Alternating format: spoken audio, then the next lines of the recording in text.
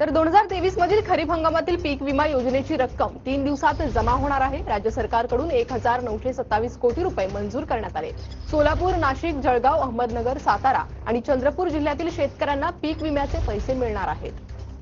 नमस्कार। अखेर पीक विमा थेट बँक खात्यात 3 वर्षाचा एकत्रित जमा 36,000 रुपये डीबीटीने पैसे जमा। आज 7 जानेवारी रोजी सर्व शेतकऱ्यांना खुश खबर।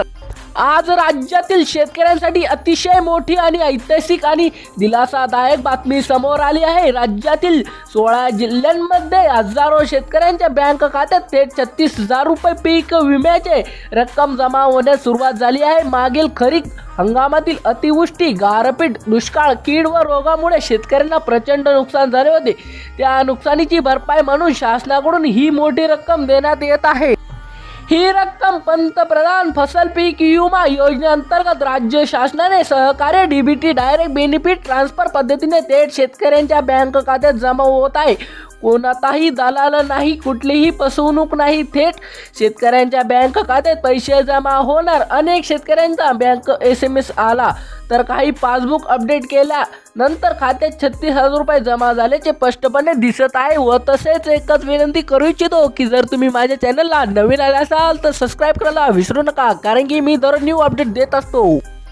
36,000 रुपये पीक विमा सुरू असलेले 16 जिल्हे अमरावती, अकोला, वाशिम, बुलढाणा, यवतमाळ, नागपूर, वर्धा, चंद्रपूर, भंडारा, गोंदिया, नांदेड, परभणी, हिंगोली, लातूर, धाराशिव, बीड या सर्व जिल्ह्यांमध्ये खरीप हंगामातील सोयाबीन, कापूस, तूर, उडीद, मूग, ज्वारी या पिकाचे मोठे प्रमाणावर नुकसान झाले होते। शासनाने त्या नुकसानीचे पंचनामे करून नुकसान टक्केवारीनुसार विम्याची रक्कम निश्चित केली आहे।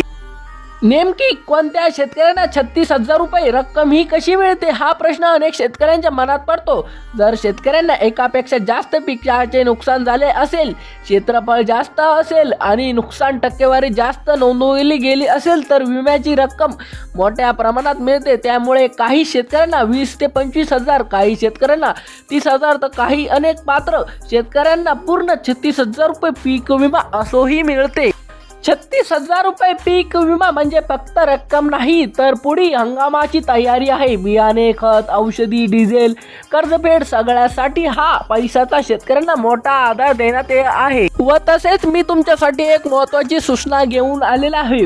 महत्त्वाची सूचना म्हणजे सर्व शेतकऱ्यांच्या खात्यात एका दिवशी पैसे जमा होणार नाहीत। शासनाकडून टप्प्याटप्प्याने वितरित सुरू आहे। काही तालुक्यामध्ये आधी रक्कम जमा होत आहे तर उर्वरित तालुक्यामध्ये पुढील काही दिवसात पैसे जमा केले जातील।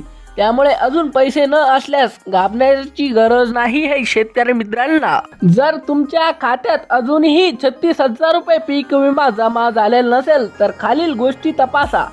आधार कार्ड बँक खात्याशी लिंक आहे का, खाते ॲक्टिव्ह आहे का, IFSC कोड बरोबर आहे का आणि पीक कर्ज अर्ज योग्य आहे का।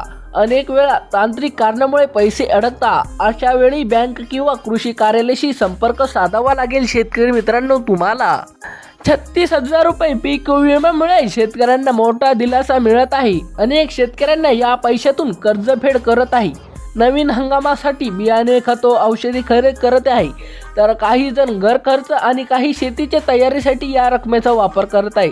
सततच्या नैसर्गिक संकटामुळे त्रास झालेला आहे। शेतकऱ्यांना ही रक्कम मोठा आधार ठरत आहे। शेवटी शेतकऱ्यांना आव्हान आहे की आज तुमचे बँक खाते तपासा। 36,000 रुपये पीक विमा जमा झाले आहे का ते पहा। जर अजूनही जमा झालेला नसेल तर चिंता करू नका, कारण 16 जिल्ह्यांमध्ये वितरण सुरू असून लवकर तुमच्या खात्यातही रक्कम जमा होण्याची शक्यता आहे। धन्यवाद।